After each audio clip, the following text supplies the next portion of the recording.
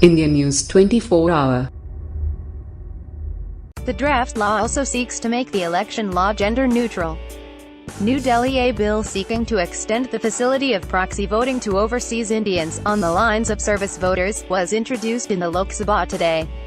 The draft law also seeks to make the election law gender-neutral by replacing the term wife with spouse to benefit service voters.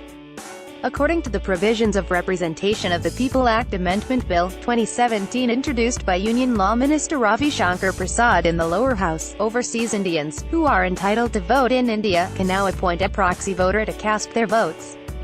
As of now, overseas Indians were free to cast their votes in the constituencies where they were registered. But, according to the draft bill, they would now be allowed to use the option of proxy, which till now was only available to service personnel. An expert committee of the Election Commission working on the issue had in 2015 forwarded the legal framework to the Law Ministry to amend the electoral laws to allow overseas Indians use proxy voting.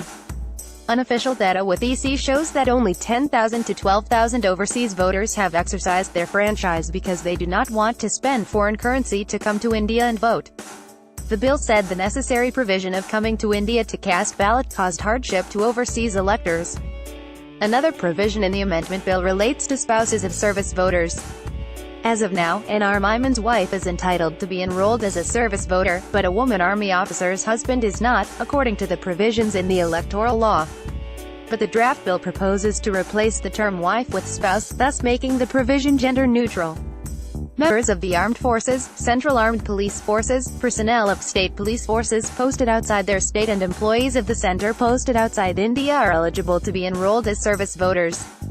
The wife of a service voter, if she is residing with him, is also entitled to be enrolled as a service voter in the constituency specified by that person. But children and other relatives residing with a service voter cannot be enrolled as service voters, according to EC website.